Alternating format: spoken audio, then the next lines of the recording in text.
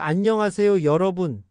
오늘은 1988년 4월 12일 대법원에서 선고된 중요한 계약금 관련 판결을 쉽게 이해할 수 있도록 설명해 드릴게요. 이 사건은 부동산 계약을 깰 때 계약금을 얼마나 물어줘야 하는지, 그리고 그 금액이 너무 클 때 법원이 어떻게 판단하는지를 잘 보여주는 사례입니다. 사건의 시작과 계약 내용. 이 사건은 대구 중구 공평동에 있는 토지 매매 계약에서 시작됩니다. 원고들은 피고로부터 66평과 2평 정도의 토지를 사기로 계약을 맺었어요. 계약 조건을 보면 우선 계약금 4천만 원 중 1천만 원을 중도금의 일부로 지급하고 2차 중도금 1억 원은 1985년 1월 31일까지, 3차 중도금 1억 원은 같은 해 2월 28일까지, 그리고 잔대금 1억 6천만 원은 같은 해 3월 31일까지 지급하기로 약정했습니다. 원고들의 치명적인 오해. 그런데 여기서 문제가 발생했어요. 당시 대구 중구청에서는 이 지역 일대의 노후한 건물들을 정비하기 위해 지주들에게 합동 건축을 권유하고 있었습니다. 이는 지주들이 자발적으로 참여해서 함께 새 건물을 짓자는 제안이었어요. 그런데 원고들은 이 권유를 완전히 잘못 이해했습니다. 자신들의 토지가 강제적인 도시재개발 지구로 지정되어서 토지 일부가 강제로 편입될 것이라고 생각한 거예요. 이런 오해 때문에 원고들은 1985년 1월 28일 피고에게 매매 계약을 해지한다고 통보했습니다.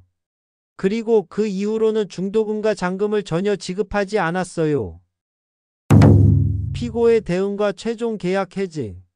원고들이 돈을 안 내자 피고도 가만히 있지 않았습니다. 같은 해 2월 2일 중도금 지급을 독촉했고 2월 19일에는 2월 28일까지 2차와 3차 중도금을 지급하지 않으면 계약을 해지하겠다고 통보했어요. 결국 원고들이 돈을 내지 않아서 피고 쪽에서 계약을 해지하게 되었습니다. 법원은 누구 편을 들었을까요? 대법원은 이렇게 판단했어요.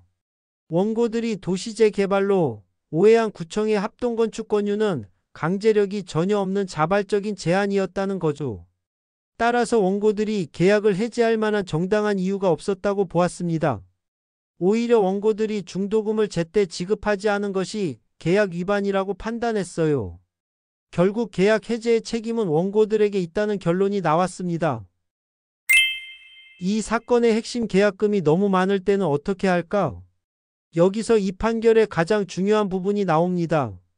우리 민법 제398조 제2항에는 미리 정한 손해배상금이 부당히 과다한 경우에는 법원이 적절하게 줄일 수 있다고 되어 있어요.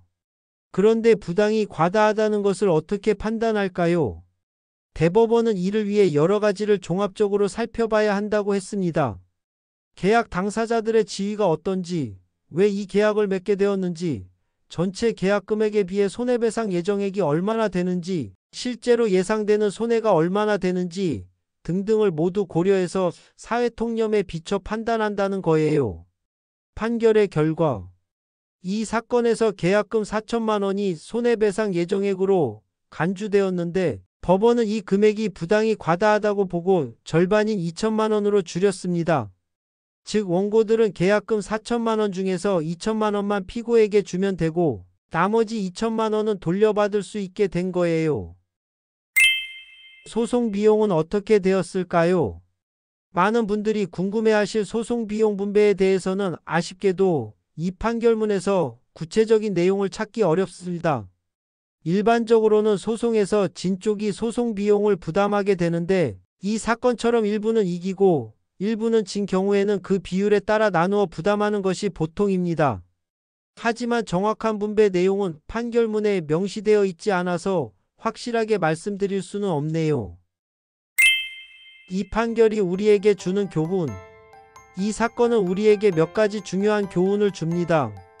첫째, 계약을 할 때는 정확한 정보를 바탕으로 해야 한다는 점이에요. 잘못된 정보나 오해로 계약을 깨려고 하면 오히려 자신에게 불리해질 수 있거든요. 둘째, 계약금이나 손해배상 예정액이 너무 클 때는 법원이 적절히 조정해 줄 수 있다는 점입니다.